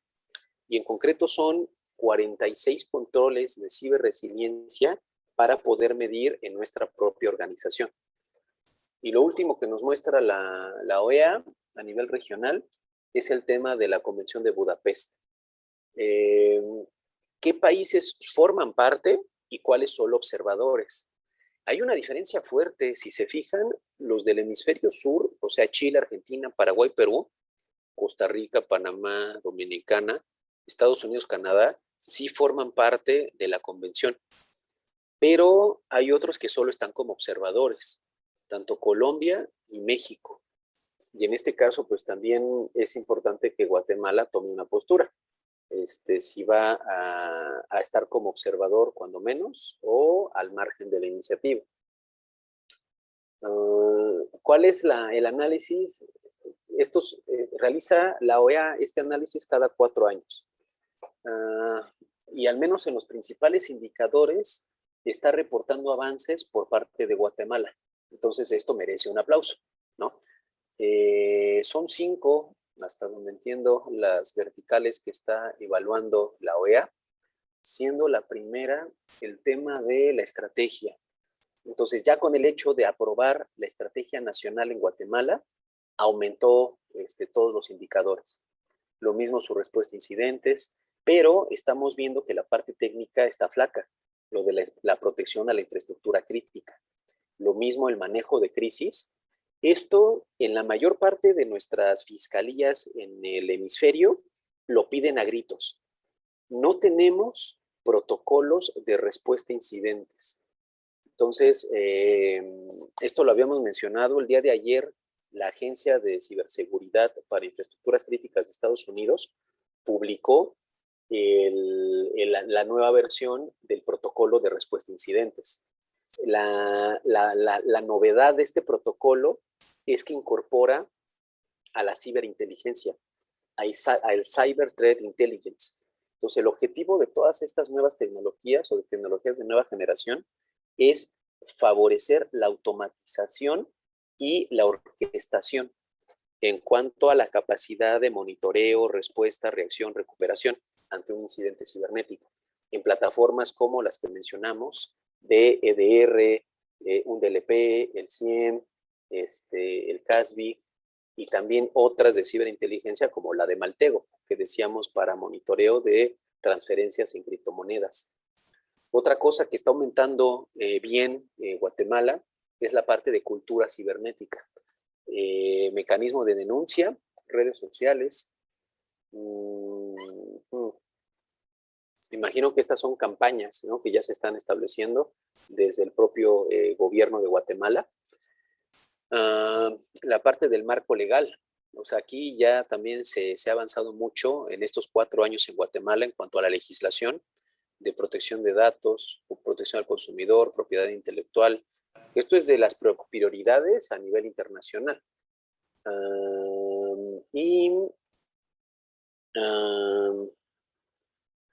Tenemos la tecnología, que aquí, pues bueno, sí se avanza, pero todavía no lo suficiente. Por ejemplo, lo que estaba muy flaco era la calidad del software, controles técnicos y criptográficos. De hecho, una recomendación que creo que le hicimos en la sesión de septiembre es que para que ustedes puedan proteger su información, puedan cifrar sus respaldos con Veracrypt. Son 3 recomendaciones. Tener un respaldo personal en un disco externo cifrado y en una ubicación física diferente. Y ya que estamos sobre eso, que toda su operación en Internet puedan usar una VPN. De la más famosa que se usa en el mundo gratuita es Proton VPN, que de hecho ellos tienen también los correos más blindados con cifrado punto a punto, que es Proton Mail. Y lo último que podríamos recomendar en este sentido de los estándares técnicos es un navegador que tenga protección anti-malware, pero también el protocolo de Tor integrado de navegación privada. Y en este caso sería Brave, que Brave está basado en Chromium, pero usa la mitad de RAM de lo que jala Chrome y garantiza una navegación privada. Entonces, combinando estas herramientas, ustedes aumentan el nivel de higiene cibernética a la hora de usar Internet. ¿Y cuál es una novedad en el 2021 con respecto a los grupos hemisféricos. Tenemos este reporte de IDEAL, que es Instrumento de Documentación y Evaluación de la Amenaza en Latinoamérica, y lo que ellos están identificando en el hemisferio es al menos 5 grupos en ciberdelincuencia. Vinculados a narcotráfico hay para aventar arriba, ¿no? 147. Bendito Dios que todavía no les interesa tanto la parte cibernética. Pero es casi cuestión de tiempo que estos 147 se vinculen con ramas cibernéticas. Y esto puede ocurrir en menos de 5 años. Eso ya nos va a enfrentar a otro panorama en la región. ¿Cuál es el ejemplo de uno de estos 5 grupos? Se llama Otarus Corp. Otarus es un grupo que lleva al menos un año operando en América Latina. Y saltó a la luz porque hace 2 semanas secuestró la información, hizo un ataque de ransomware contra el principal banco de Ecuador. Lamentablemente, este no era el primer ataque que este grupo hacía contra ese banco. Desde febrero y marzo, este grupo ya había hecho campañas de ataque, más de phishing, de escanear puertos, pero como sucede en la mayoría de nuestras organizaciones, no hay una respuesta al incidente adecuada. Entonces, como está este desdén, este desinterés y apatía a podernos proteger y tener una madurez y resiliencia cibernética, escaló el conflicto. Y la mayoría de las veces, un 35% de nuestras organizaciones que tienen un incidente cibernético tiene probabilidad de que se repite el incidente o que escale y sea peor. Entonces podemos pasar simplemente de un caso de spear phishing a ya toda una situación de secuestro de ransomware en nuestras organizaciones en menos de un año, a menos de que se investigue, se haga el cómputo forense y se sepa cuáles fueron los vectores de ataque.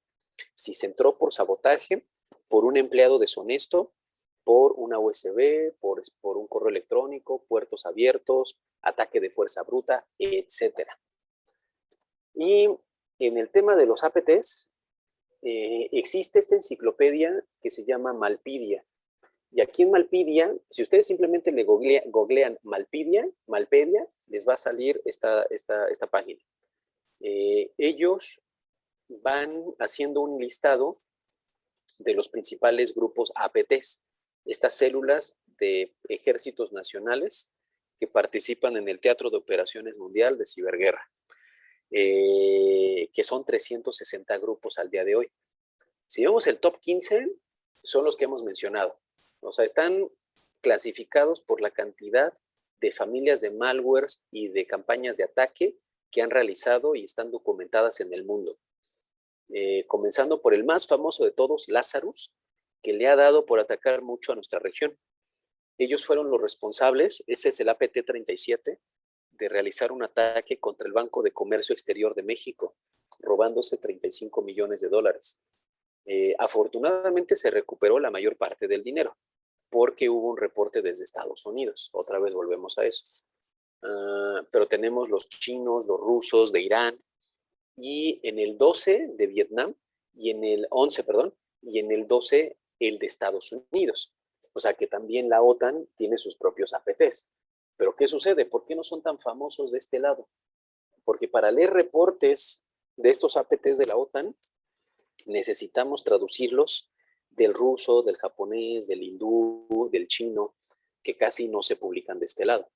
En este caso, Equation Group es el APT de la NSA para realizar algunas campañas encubiertas de esta Agencia Nacional de Seguridad. Y uno de los que más nos tendrían que importar, pero que nunca se ha mencionado en la prensa latinoamericana, es Careto. Careto es el APT español. Entonces, como APT español, como hemos mencionado, obedece a los intereses geopolíticos de la monarquía española.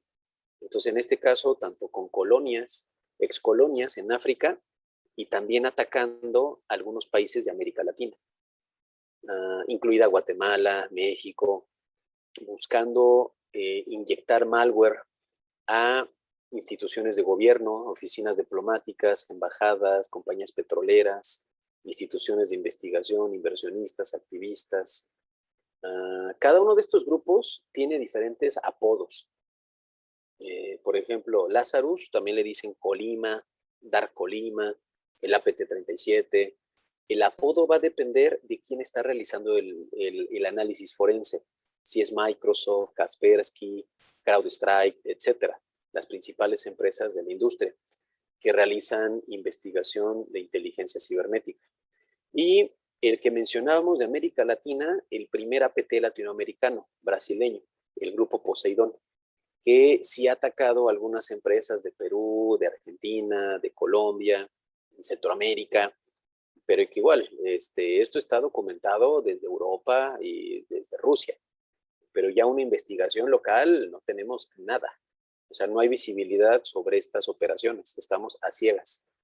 Este es el esquema del reporte que mencionábamos del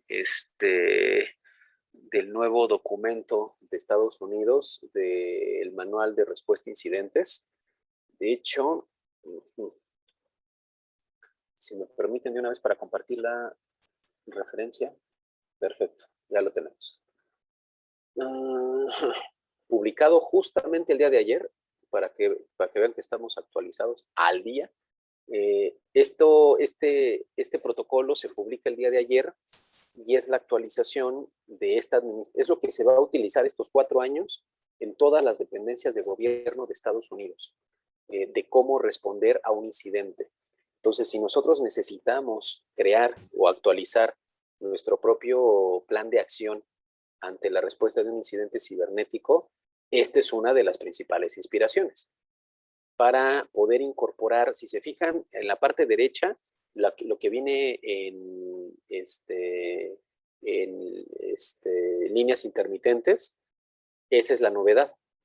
En la parte de post-actividades, después del incidente, el aprendizaje, que nos va a servir en el proceso de mejora, que es la inteligencia cibernética. Estos son los reportes que ya se están publicando de la CIA, del FBI, para documentar el modus operandi de las campañas de ataque de los norcoreanos, los iraníes, los rusos, los chinos, y con las medidas de protección. Cómo es que los podemos detectar y cómo reaccionamos a ese incidente. Lo más avanzado en protocolos de detección son las reglas. Lo habíamos mencionado en septiembre, pero pues no está de más retomarlo, que hablamos las principales, las reglas Yara y Sigma. Entonces, existen ahora varias plataformas que de manera automatizada pueden detectar estas campañas de ataque. Por ejemplo, el de los incidentes más graves que hemos tenido en México fue el secuestro de los servidores de la refinería en el estado de Hidalgo, México, de Petróleos Mexicanos, hace 2 años. En menos de un mes, en la industria, ya se sabía el análisis post-mortem, y entonces ya se habían automatizado las reglas Yara y Sigma para prevenir para detectar y prevenir ese incidente. ¿Cuál es el tema? Que el 90% de nuestras organizaciones ni siquiera saben que esto existe. Entonces, seguiremos siendo víctimas de estos incidentes hasta que desarrollemos nuestros niveles de madurez, que son 5 niveles. El nivel máximo que determina el Departamento de Protección de Defensa Interior en Estados Unidos, el Homeland Security, como los ataques de los huracanes. Idealmente, las dependencias públicas deberían de estar entre un nivel 3 y 4, pero al menos las auditorías nacionales que se hacen en México, en la Auditoría Superior de la Federación, tenemos nuestras dependencias entre el nivel 1 y 2. Entonces, sí hace falta aumentar nuestro nivel de protección. Todo esto a nivel de toma de decisiones, los políticos y los empresarios se quieren ahorrar esto simplemente contratando pólizas de seguros cibernéticos. Lo malo es que estas primas están pagando nuevos ciberataques y esto le está echando más fuego justamente a estos grupos, porque tenemos pagos ya multimillonarios. El hackeo que tuvimos del gasoducto en Texas a principios de este año, le pagaron $5 millones a los hackers. o el ataque de la empresa de carnes de Estados Unidos, JBS, veíamos en septiembre, les pagaron $11 millones. 11 millones para solamente un incidente, cuando esta gente tiene 300 incidentes al año. Es por ello que tenemos grandes grupos ahora de ciberdelincuentes que están mejor armados que nunca y que son los que van a hacer las campañas de ataques en estos 5 años contra nuestras organizaciones, para lo cual no estamos preparados, porque están usando armas de ciberguerra. Entonces es la militarización de toda la ciberseguridad en nuestros países. ¿Cuál es la metodología para realizar estos reportes, procesar estos reportes? Son análisis y metodologías de guerra. De entrada tenemos la metodología de la cadena de ataque, el Cyber Kill Chain. Estos reportes de ciberinteligencia se alimentan, por un lado, por esa metodología de la cadena de ataque, cuál es el vector de intrusión y cuáles son los diferentes pasos que siguen los atacantes dentro de nuestra infraestructura hasta su última actividad. Su última actividad suele ser el robo de información o la ejecución del secuestro de información. Entonces, la mayoría de nuestras organizaciones se entera que fue hackeada en el último eslabón de la cadena de ataque. Cuando en el incidente que mencionamos del Banco de Comercio Exterior de México, que se robaron $35 millones los norcoreanos de Lazarus, durante 538 días tuvieron intervenidos 45 servidores del banco y no se enteraron. Durante año y medio, los ingenieros no se dieron cuenta que estaban siendo hackeados y espiados. Entonces, a ese nivel de intrusión nos estamos enfrentando. Y esto se complementa con otro análisis que se llama el modelo Diamante. Esto fue desarrollado por las empresas armamentistas Boeing y Lockheed Martin, que sirven de insumos al Pentágono. Entonces, es una metodología para poder hacer estos reportes post-mortem y de respuesta a incidentes. Lo más avanzado en capacitaciones y certificaciones a nivel internacional las da el Instituto SANS. Y en concreto, su certificación 578 es de esto, de la forencia de amenazas cibernéticas. Pensando positivo de este nuevo liderazgo que se quiere llevar de aquí al 2024, México entró al Consejo de Seguridad de Naciones Unidas. Entonces, es donde se está promoviendo esta nueva cooperación internacional para fortalecer a nuestras dependencias de gobierno. Y también hay actualizaciones de nuestras estrategias debido a los compromisos de tratados internacionales. Por ejemplo, desde hace 4 años, debido al TTP, al Tratado Transpacífico, varios de nuestros países estuvieron actualizando sus estrategias nacionales. Este fue el caso de México. Por esta razón, México hizo su Estrategia Nacional de Ciberseguridad para cumplir con este tratado comercial. Quizá para unos les parecerá mal, ¿no? Pero pues bueno, por alguna razón se hizo y qué bueno que se hizo. Lo mismo Canadá, lo mismo Chile. O sea, Canadá lo actualizó en el 18, pero su primero lo había hecho desde el 2010. Chile también en el 17, Perú también en el 17. O sea, esto, tanto Perú como Chile, para poder cumplir con estos compromisos de los tratados comerciales. Entonces, y es la misma situación que decíamos del Tratado de Comercio de Estados Unidos con México, que le brinda esa resiliencia cibernética. Y para tratar de ir cerrando, ¿qué es lo mejor que tenemos en el mundo?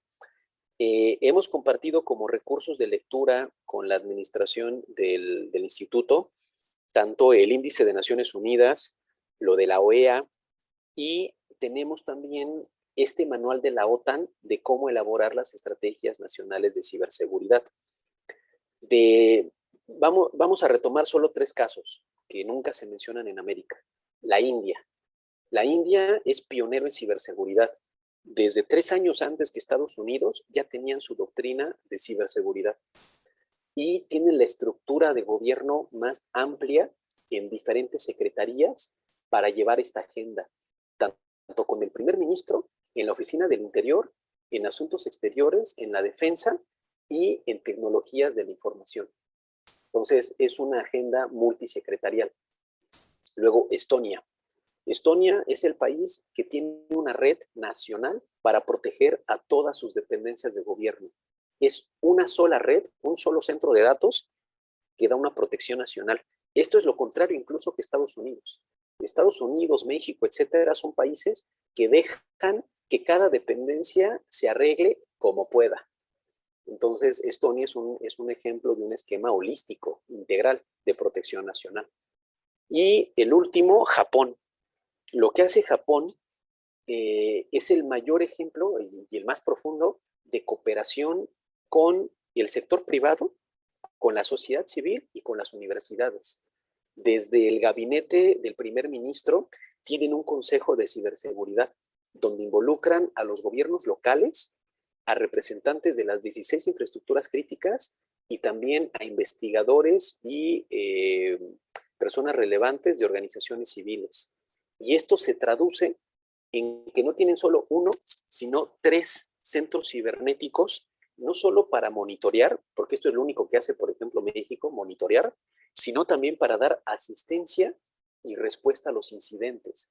Desde antes de que ocurra y después de que ocurrió, dan soporte a sus organizaciones públicas y privadas. Entonces, esto es lo más avanzado que existe en todo el mundo. En estos tratados, para poder aumentar la resiliencia de nuestros países. Algo que apenas se publicó en China es que ya también ellos están haciendo, obligan a las empresas a que entre el gobierno a revisar su nivel de ciberseguridad. Digo, eso ya es más un gobierno autocrático. Esta es la alternativa de un gobierno democrático, de cómo fomentar la cooperación, sin llegar a los golpes, por así decirlo. Y pues bueno, como estamos ya con el tiempo, lo que me gustaría simplemente terminar es hacia dónde va el escenario que se hace desde las Fuerzas Armadas de México, planteando la perspectiva en las próximas décadas hacia el 2030 y al 2050, es que aumente la brecha digital, la concentración tecnológica, los ciberataques, al nivel de que ya estemos en un escenario de guerra cibernética avanzada, desplegada tanto por los APTs como por los grupos de ciberdelincuentes. Entonces, pues, si pensamos en esos 14 años, pues sí da tiempo para 2030 y 2050. El objetivo es que otra vez no nos alcance el futuro. Entonces, pues bueno, con eso podríamos dar paso a la parte de preguntas y retroalimentación. Si es que alguno de vosotros tuviera alguna pregunta o alguna duda. Gracias, maestro Carlos Estradas Nava. Vamos a solicitarle a nuestros participantes que puedan, por medio en la opción de participantes, puedan levantar la mano para que podamos irles dando el tiempo para realizar sus preguntas. Asimismo, también les confirmamos que ya tienen el audio activo, por si alguno desea realizar sus preguntas directamente. Por favor, puedan activar el audio y con ello, pues, poder realizar las preguntas. Por acá tenemos la primera pregunta de Luis Chávez Hernández. Adelante, por favor. ¿Qué tal? Buenos días. Se habló de las reglas Yara y Sigma. Lo que yo entiendo, más que el de las reglas Yara, son como log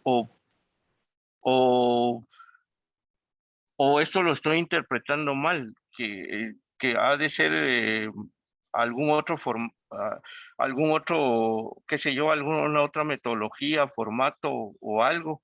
Hasta donde yo sé, estas reglas sirven mucho para implementar un sistema SIM. Gracias. Claro que sí, estimado señor Luis. Ayudan a la creación de este SIEM. El SIEM es el sistema de monitoreo de la telemetría de nuestra organización. Aquí la palabra clave es justamente telemetría. ¿Por qué Microsoft, por qué Kaspersky son las empresas líderes en ciberseguridad? Porque ellos tienen el Big Data de concentrar millones de registros por todo el mundo de las nuevas campañas de ataque. Entonces, esa visión global les da la ventaja de poder identificar de mejor manera los nuevos incidentes, las nuevas metodologías, modus operandi, etc. Entonces, nos enfrentamos ahora con el reto de que los analistas de ciberinteligencia necesitan desarrollar la capacidad, por ejemplo, de programar. Y eso sucede también con la inteligencia de seguridad nacional, que para actividades de contrainteligencia es indispensable ya también desarrollar scripts en Python para poder tener señuelos, rastreos. Entonces, nos enfrentamos ya que hay herramientas que tienen una doble función, tanto de hacer un análisis de datos, por ejemplo, para ver el desempeño de nuestra organización, la productividad, pero todos esos datos, esa telemetría, también nos va a ayudar para hacer un diagnóstico de ciberseguridad. Entonces, este sistema de monitoreo, que es el CIEM, es el corazón de los sistemas permanentes de monitoreo cibernético, los SOCs, que funcionan 24/7. Y les van a ayudar herramientas automatizadas de insumos de estos datos, como SIG, Kibana, Elasticsearch, que se pueden orquestar para concatenar estas reglas. Las Yara, las Sigma, que más que una cuestión de logs, los logs irían más hacia ver hacia atrás, hacer un análisis forense sobre qué pasó. Pero lo que hacen las reglas es un threat hunting. Y en ese threat hunting es una cacería para poder identificar si tenemos dentro al enemigo y ver si ya se nos metieron a la cocina. Entonces, con eso, identificar las tácticas, técnicas y procedimientos y ver actividades maliciosas. Por ejemplo, me imagino a todos ustedes les ha pasado que en su computadora de repente se hace más lenta o que empiezan a ver anuncios que antes no les aparecían en el navegador, o que de repente en algún directorio, en una carpeta, hay archivos que antes no estaban. Por ejemplo, en su carpeta de videos empiezan a aparecer archivos PDF, que es una ruta que no debería tener. Entonces, todos esos son indicadores de compromiso. El objetivo es poder automatizar ese análisis a través de estas reglas, porque no necesariamente ya es un virus, simplemente son actividades de los adversarios que muestran que ya están dentro de nuestra infraestructura y que es necesario, pues, de entrada correrlos y hacer toda la mitigación con medidas, por ejemplo, de hardening.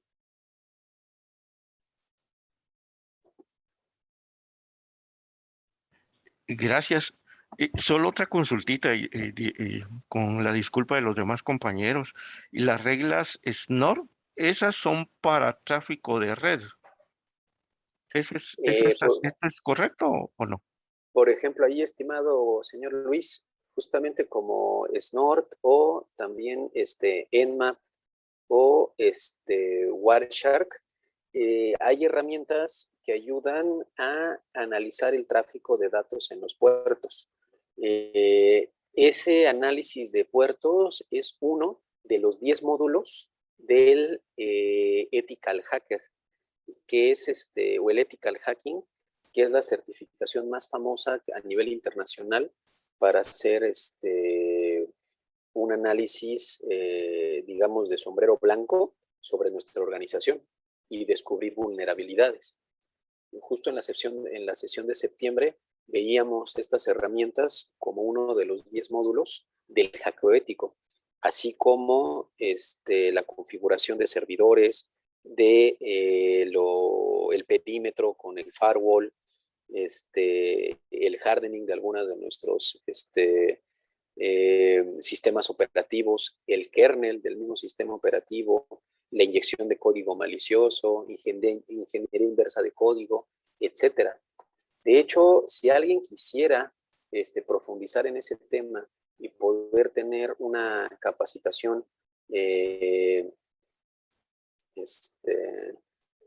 con algunos cursos, la plataforma más famosa de entrenamiento se llama Try Hack Me, donde para cada uno de esos 10 módulos ellos van teniendo ejercicios y concursos y capacitaciones que sirven de preparación a estas certificaciones.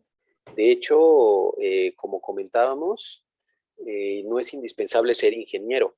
También en Coursera hay una certificación muy famosa que ya han tomado 40,000 personas, que es de IBM sobre ciberseguridad. Entonces son 8 módulos que ustedes podrían tomar y que al final se agrega a su perfil profesional de LinkedIn. Igual, ahí por si lo habíamos puesto en nuestra sesión de septiembre, pero tenemos un perfil en Twitter donde todos los días, todo el tiempo estamos publicando información de ciberdefensa, ciberinteligencia, enfocado también a nuestra región, más análisis de datos, por si también ahí gustan sumarse a la comunidad, porque existen diferentes canales, tanto, por ejemplo, en Discord. O sea, lo importante de esto es sumarse a la comunidad, porque todos los días esta industria va cambiando. Esta es una carrera permanente contra los adversarios. Entonces, cada mes hay nuevas tecnologías, plataformas, certificaciones, y lamentablemente esta carrera la vamos perdiendo de calle. Entonces, lo importante es sumarnos a la comunidad para ver qué es lo nuevo. Entonces, por ejemplo, está Discord, que es una plataforma de trabajo colaborativo, y aquí en Discord la comunidad más grande se llama TrustedSec, que son 6,000, ya 7,000 ingenieros que todo el tiempo están compartiendo estas herramientas. Otra, por ejemplo, no sé si ya la tengan, pero es Clubhouse. Y en Clubhouse ya también hay algunos foros con grupos de América Latina, de ingenieros de bancos, donde van compartiendo estos reportes. De hecho, hay muchas veces vienen las premisas o contratación de especialistas, de estos directores de seguridad de la información que ni siquiera son ingenieros, son abogados, internacionalistas. Y de lo más destacado también sería poderle echar un ojo a algunos de los foros de Telegram, porque donde más se comparten recursos, armas, documentos, es en los foros de Telegram. Aunque ustedes busquen en Telegram Cybersecurity, Cyberintelligence, les van a salir una buena cantidad de los más activos en esa, que ni siquiera es una aplicación de mensajería, ya es casi una red social. Muchas gracias, excelente su presentación. Muchas gracias, estimado señor Luis. Bien, vamos a solicitarle a nuestros participantes que puedan activar su audio para realizar sus consultas. Creo que tengo por acá a Germán Castro. Adelante, por favor, lo escuchamos. Maestro Estrada, buen día. Muchas gracias ahí por la exposición. Solo tengo una gran consulta. En la parte de las herramientas open source, estuvo mencionando en algún momento, ha habido un debate más bien en Guatemala del uso de este tipo de tecnologías que no cuentan con un licenciamiento. ¿Qué tan factible podría ser utilizar este tipo de tecnologías más adelante? Porque por ahora pues no contamos con una legislación que todo el mundo conoce nuestro entorno en Guatemala, pero sí podría usted como darnos una recomendación de una directriz de no irnos al extremo, porque posiblemente tengamos ahí ciertas tecnologías que nos puedan avalar tanto en el tema de hacking ético como en el tema de forense digital, pero hasta dónde podemos tener, o sea, el alcance que nos permitiría utilizar este tipo de tecnología, Claro. maestro. Bueno. Por supuesto. Sí, muchas gracias, estimado señor Germán. De hecho, es un tema muy polémico y de los más importantes de la industria desde hace 10 años, pero también es un enfoque que se ha transformado. Hace una década, justamente, eran mal vistos las aplicaciones de código abierto. Por ejemplo, en las consultoras, en las Big Four, en KPMG, en Ernst & Young, en Deloitte, en PricewaterhouseCoopers, se veía mal usar un programa de código abierto, porque muchos de los clientes pagaban por una licencia, ¿no? O sea, pagaban justamente para ocupar programas de licencia. Pero eso cambió radicalmente desde hace un lustro, porque fundamentalmente las nuevas tecnologías de análisis de datos, todo el Big Data, se procesa de entrada en servidores basados en Linux, ¿no? El 90%. Y todas las herramientas de Machine Learning son de código abierto. TensorFlow de Google, Keras, Torch, mediante scripts de Python. Entonces, el 90% de todas estas estructuras que también desarrollan Microsoft, Facebook, siendo empresas privadas, incluso Microsoft hace 3 años compró a la Fundación Linux. O sea, Microsoft, siendo el gran paradigma de software de licencia, ya es el segundo distribuidor principal de Linux. O sea, estamos ya en otro mundo.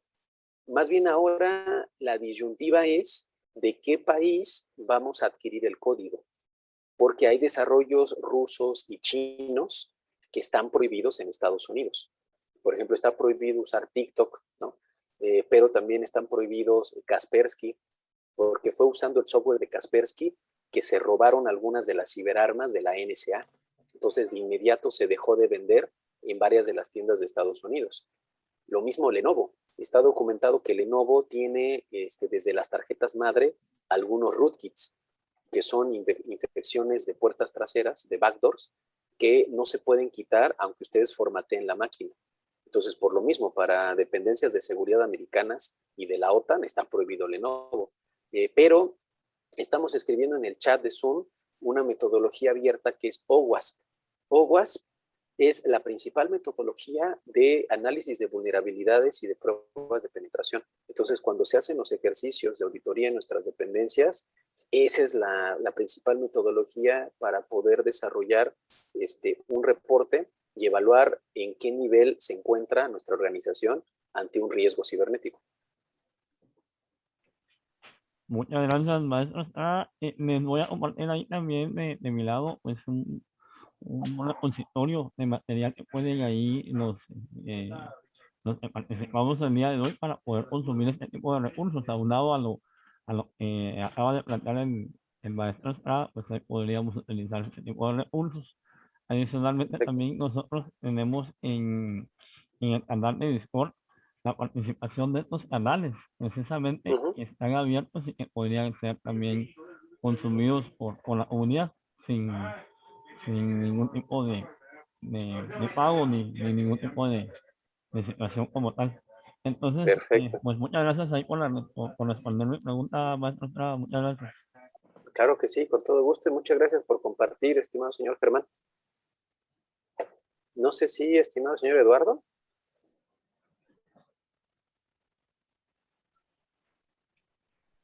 Eduardo Bolaños, le damos el tiempo acá para que pueda realizar sus consultas a nuestro conferencista. Levante la mano. Gracias. Si tuviéramos alguno de nuestros participantes que aún desee realizar alguna consulta a nuestro conferencista, por favor, si pudiera activar su audio y con ello pues poder trasladar entonces las preguntas relacionadas al tema que se impartió el día de hoy.